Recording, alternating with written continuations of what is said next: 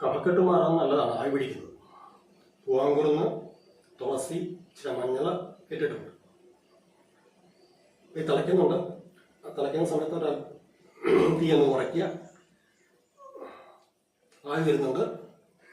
ടീഷർട്ടിൻ്റെ സഹായത്തോടെ ആവി പിടിക്കാം. ടീഷർട്ടിൻ്റെ കഴുത്ത് ഭാഗം ആദ്യം തലയിട്ടിട്ടു. Very simple. കണ്ടോ? ആവി പിടിക്കാം.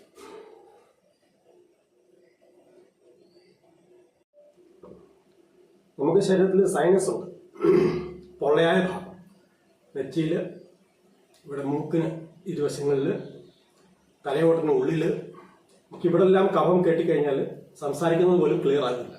എനിക്ക് ഇന്നലെ അല്പം പോലും ശബ്ദമില്ലായിരുന്നു. ഇന്ന് കുറച്ചെങ്കിലും ഉണ്ട്. ഈ ആവി പിടിക്കുമ്പം ഈ സൈനസെല്ലാം ഓപ്പൺ ആവും. അങ്ങോട്ടൊക്കെ ആവി ചെല്ലുമ്പോൾ ചൂടായിട്ട് കഫം കിടക്കുന്നത് ഉരുകി പൊക്കോളും. മ്യൂക്കസാണ് കഫം, അല്ലേ? നമ്മുടെ ത്രിദോഷങ്ങളിലൊന്നാണ് കഫം എന്ന് പറയുന്നത്. ഏത് ഡോമിനേറ്റ് ചെയ്യുന്നോ അത് നമ്മളെ ബാധിക്കുന്നു, അത്രേ ഉള്ളൂ. ഇത് ബാലൻസ് ആവും. നമ്മുടെ ഫുഡിലൂടെയും നമ്മുടെ വെള്ളത്തിലൂടെയൊക്കെ ഇതിനെ ബാലൻസ് ആക്കി കൊണ്ടുവരിക. അതിന് നമ്മളെ സഹായിക്കുന്ന ചില മരുന്ന് പ്രകൃതിയിൽ തന്നിട്ടുണ്ട്. അതിൽ ഏറ്റവും നല്ലതാണ് പൂവാങ്കുറുന്നും തുളസി. മഞ്ഞൾ നല്ലതാണ്. മഞ്ഞൾ ആന്റി ഓക്സിഡന്റ് ആണ്, എല്ലാവർക്കും അറിയാം. അതിനകത്തെ കുർക്കുമിൻ ഏറ്റവും നല്ല മരുന്നാണ്. നമ്മുടെ നല്ല പച്ചമഞ്ഞൾ കിട്ടിയാൽ പച്ചമഞ്ഞൾ ഉണക്കി പൊടിച്ചാണെങ്കിലും നല്ലതാണ്.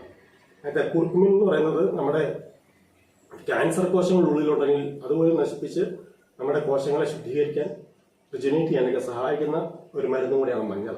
ഓക്കെ. അതുപോലെ ഈ കഫക്കെട്ട് കാരണം മൂക്കടയും സൈനസ് അടയും അറിയാമല്ലോ. ചെവിയടയും, ഒന്നും കേൾക്കത്തുമില്ല. മനുഷ്യൻ പറഞ്ഞോട്ട് കേൾക്കത്തില്ല, നമുക്കൊട്ട് പറയത്തില്ല. ശരിക്കും നമ്മുടെ പഞ്ചേന്ദ്രിയങ്ങളെ ശരിക്കും ബാധിക്കുന്നുണ്ട് ഈ കഫം എന്ന് പറയുന്നത്. കാലാവസ്ഥയുടെ വിഷയമാണ്. കാലാവസ്ഥയുണ്ട്, പൊടിയുടെ ശല്യങ്ങളുണ്ട്. ഇതെല്ലാം നമ്മൾ കെയർ ചെയ്യണം. ഉള്ളിൽ കയറിയ ഈ പൊടിയെ, ഈ ഒരു ടോക്സിൻ, ഉള്ളിൽ കയറിയ ടോക്സിൻ പുറത്തു പോകാൻ വേണ്ടി പ്രകൃതി ചെയ്യുന്ന ഒരു ട്രീറ്റ്മെൻ്റാണ് നമ്മുടെ ഈ ജലദോഷം, ചുമ, കഫം, പനി, തലവേദന എന്നൊക്കെ പറയുന്നത്. ബോഡിക്ക് വേണ്ടി ചെയ്യുന്ന ചില ട്രീറ്റ്മെൻറ്റാണ്. നമ്മളതിനെ സപ്പോർട്ട് ചെയ്താണ്. വെറുതെ നമ്മൾ ഇംഗ്ലീഷ് മരുന്ന്, കെമിക്കൽ വാങ്ങിച്ച് കഴിച്ച് അതിനെ സപ്രസ് ചെയ്യരുത്. അങ്ങനെ സപ്രസ് ചെയ്ത് കഴിഞ്ഞാൽ വീണ്ടും അത് എപ്പോഴെങ്കിലും വിഷയം ഉണ്ടാക്കി പുറത്തു വരും. അപ്പം അതുകൊണ്ട് നമ്മൾ അതിനെ സപ്പോർട്ട് ചെയ്യാം. ബോഡിയെ ഒന്ന് സപ്പോർട്ട് ചെയ്യാൻ പറ്റിയതാണ് ഇതുള്ള മരുന്നുകൾ. പിന്നെ പിടിച്ചാൽ കിട്ടുന്നില്ലാത്തൊരവസ്ഥ വരുമ്പോൾ മാത്രമേ നമ്മളതിന് വേറൊരു ട്രീറ്റ്മെൻറ്റിലേക്ക് നോക്കേണ്ട കാര്യമുള്ളൂ.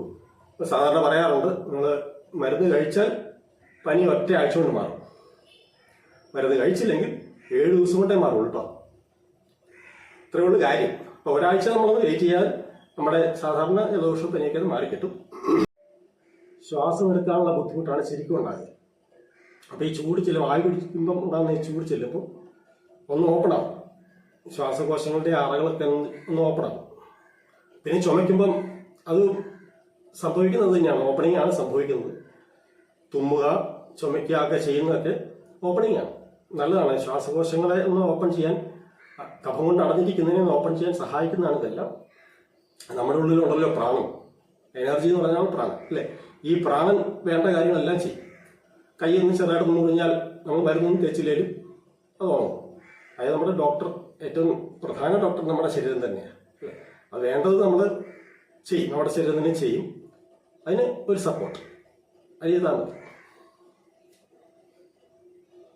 സാമാന്യം നല്ല മരുന്നുകളും ആയുർവേദത്തിലുണ്ട്, ഹോമിയോപ്പതിയിലുണ്ട്, പ്രകൃതിയുടെ ഇതുപോലെ പച്ചമരുന്നുകളുണ്ട്. പക്ഷെ എല്ലാവർക്കും എല്ലാം ഏൽക്കണമെന്നില്ല.